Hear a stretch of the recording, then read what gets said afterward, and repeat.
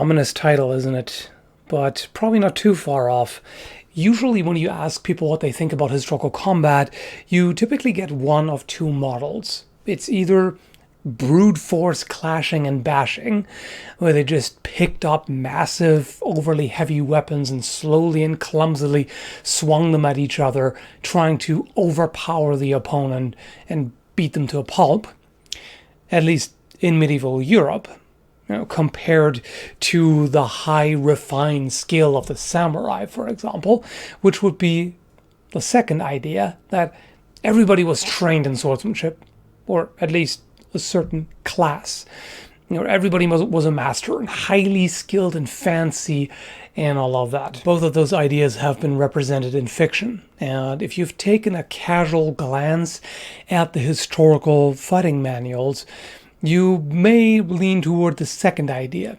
In fact, it can be very easy when trying to correct common misconceptions to fall into this kind of idea.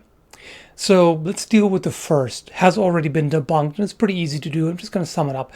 If you look at one of the oldest manuscripts, which would be 133, also known as the Walpurgis manuscript, this was written between 1270 and 1320. And this is based on an older kernel verse. So you have an oral tradition that is older than that. And it wouldn't take you very long looking at 133 to realize that, yes, this is a fully fleshed out martial art. It's an actual system. It's not just instinctive brute force fighting. It involves a lot of technique and finesse, and it's very complex. There's a quote that nicely sums up the mindset that most of the fencing masters had. This is by Hans or Hanko Döbringer in the late 14th century. Know that there is only one art of the sword, and this art may have been developed hundreds of years ago, referring to that oral tradition I mentioned. Master Lichtenauer understood it and practiced it in its complete depth. It is not the case that he invented the arts, but he has traveled to many lands seeking to experience and to learn the real and true art. Now you have to keep in mind here that claiming a long tradition was a common way of seeking legitimacy, because people were basically saying that because this has been around for a long time, it's good. Just like people still do nowadays in some ways. But either way, it's pretty easy to see when looking at these systems that they have been around for a long time and that they do uncover certain fundamental basics of fighting.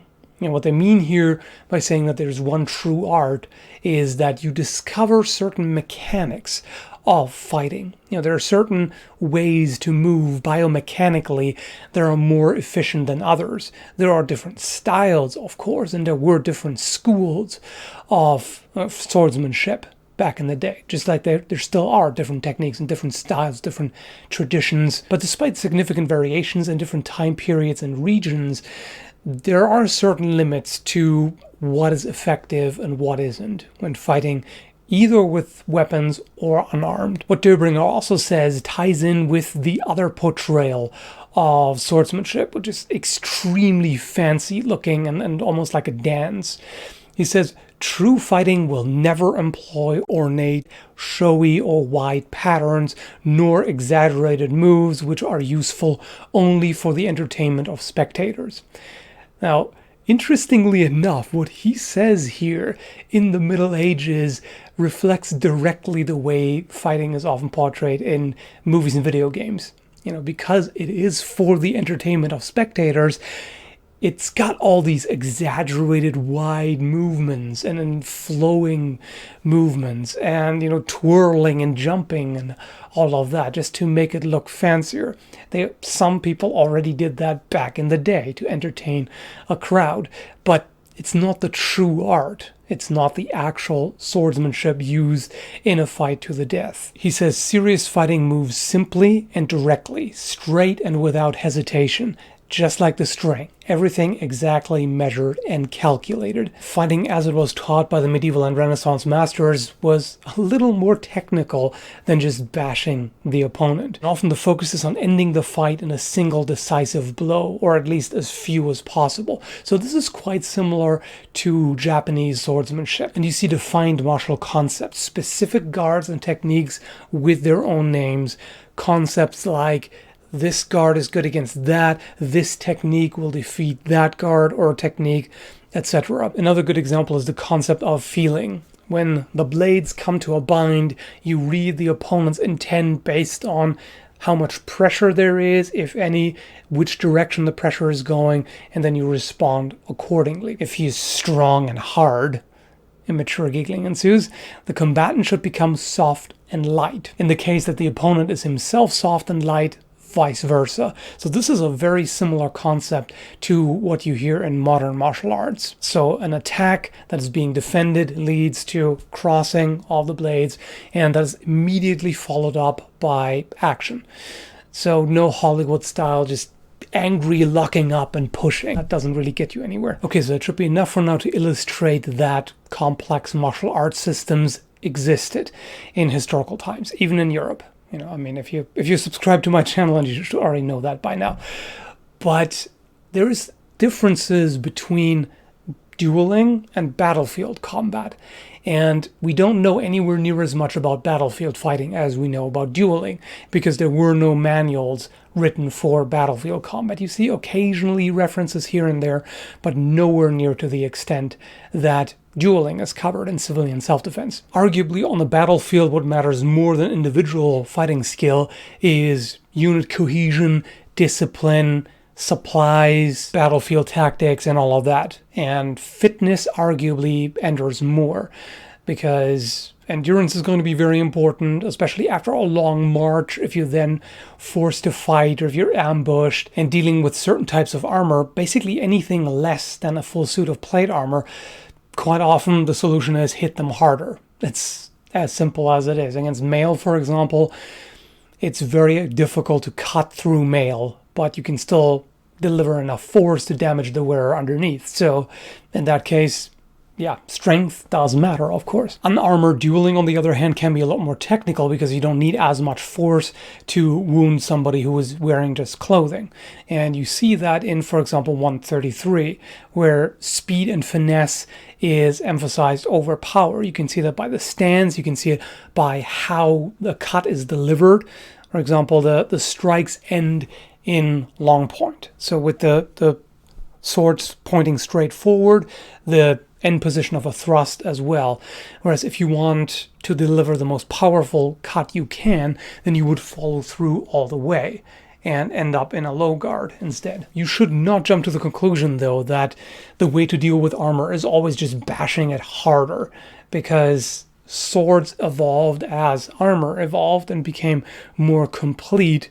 You know, the more complete coverage of a full suit of plate armor just was dealt with, of course, with warhammers and maces and such, but also with a different kind of sword, with a more slender, tapered blade that would be used to thrust into the gaps of the armor. I mentioned that quite a number of times. So it was still technical, or could be at least. And in the historical manuals, you also have references to unskilled fighters.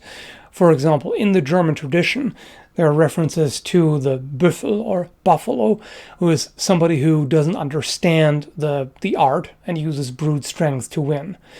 Also, the Italian Fiore dei Liberi in the late 14th and early 15th century mentions the villano, which is a peasant. So that means an unskilled fighter. Again, somebody who just relies on physical strength and fitness in general because they don't know the techniques. As far as the importance of strength is concerned, there is no real consensus. There were different perspectives. For example, the Italian Filippo Vadi says, cleverness always overcomes strength. And that idea comes through, at least implicitly, in a lot of the manuals.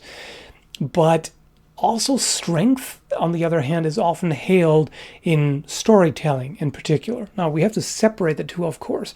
A teacher, giving you techniques for swordsmanship is not going to talk the same way and focus on the same things than a monk writing down the account of a battle, for example. But you can clearly tell that it's a value. For example, Yvain, the Knight of the Lion, struck a knight upon his shield with such force that he sent down in a heap, I think, the knight together with his horse. The knight never rose again, for his backbone was broken and his heart burst within his breast. So supposedly this knight hit another knight so hard that both he and his horse went down and that his heart exploded. Talk about medieval Chuck Norris right here. And in the Old Norse sagas, you see that very commonly as well. For example, in Egil's saga, it's talked about how Atli was grabbing his sword with both hands and hacking away with all his might. Also says, by his greater strength, Egil pushed Atli over backwards and bit through his throat. That's not very technical at all. This is really more, wild animal kind of brutish, aggressive fighting. But at the same time, even though the sagas often emphasize strength, they also include feats of skill and finesse. So we can definitely see that both physical prowess and skill in the martial art was highly valued. And a lot of the masters were very secretive about their art. For example, the Italian knight Fiore wrote a manuscript for the elite. It was never intended to be seen by commoners. So us filthy peasants nowadays shouldn't even dare to look at it. Anyway, and he actually said he practiced the art for 40 years, but he still had more to learn. And you see quite often it's being said that they wrote these things down because nobody could remember everything that is to the art. It's just too vast and complex. The Englishman George Silver in 1599 was ranting about what he calls false masters. So people who teach the art without knowing enough about it, not being skilled enough. And he also talks about the dangers of two inexperienced, unskilled men fighting each other with swords. And he says here that the teachers shall play 3 bouts apiece with 3 of the best English masters of defense, and 3 bouts apiece with 3 unskillful, valiant men, and 3 bouts apiece with 3 resolute men half drunk. Then if they can defend themselves against these masters of defense and hurt and go free from the rest, then they are honest, honored, cherished, and allowed for perfect good teachers. So he has pretty high standards for teachers. So now the big question, of course, is how many were skilled versus unskilled? What kinds of percentages are we looking at here? And that is very hard to say. What we can say is that martial arts played a very obvious important role in culture. At the time, there were many games and sports and just fun activities that prepared men for war. For example, Glima, the Viking wrestling, is now a national sport in Iceland and was used to prepare men for the battlefield, and also dueling, like the holmgang, for example. There is Palkati, which is a Polish stick fighting that also taught young men and boys the basics of fighting. And in The King's Mirror, which is a Norwegian educational text from around 1250, it says, "You should take up this form of amusement. Put on heavy armor, look up some fellow henchman who likes to drill with you and whom you know to be well trained to fight behind a shield or buckler. In this game, you should strive to learn suitable thrusts and counterstrokes, learn precisely how to cover yourself with the shield." So this was a pastime. Well, are you bored? Well, go put on some armor, pick up a sword and shield, and fight. If you want to compare the situation to modern times, not all soldiers and police officers are equally fit and skilled. And, some civilians are excellent marksmen, whereas some people carry firearms who have little or no regular practice. Just like with every skill, you have some people who are completely clueless, you have beginners, you have intermediates, you have experts and masters, and you'll find everything. The difference is that life was much more dangerous back then, and you can assume that people were generally more interested in learning to fight, because they could be ambushed by highwaymen, they could end up in just random street fights much more commonly than nowadays. And as I said, it was a part of the culture. So you could assume that a lot of people had at least a basic grasp of fighting, but it should not be overestimated. Some of the sources mention that a lot of men are carrying swords but don't really know how to use them. And of course, it's important not to overgeneralize based on the historical fighting manuals, because those manuals were generally written for the elite. I mean, people who could read, that in and of itself was a minority. That was an elite. So, and these were the best of the best, presumably. Or maybe not. I mean, generally, a lot of the fighting skills were transmitted from person to person.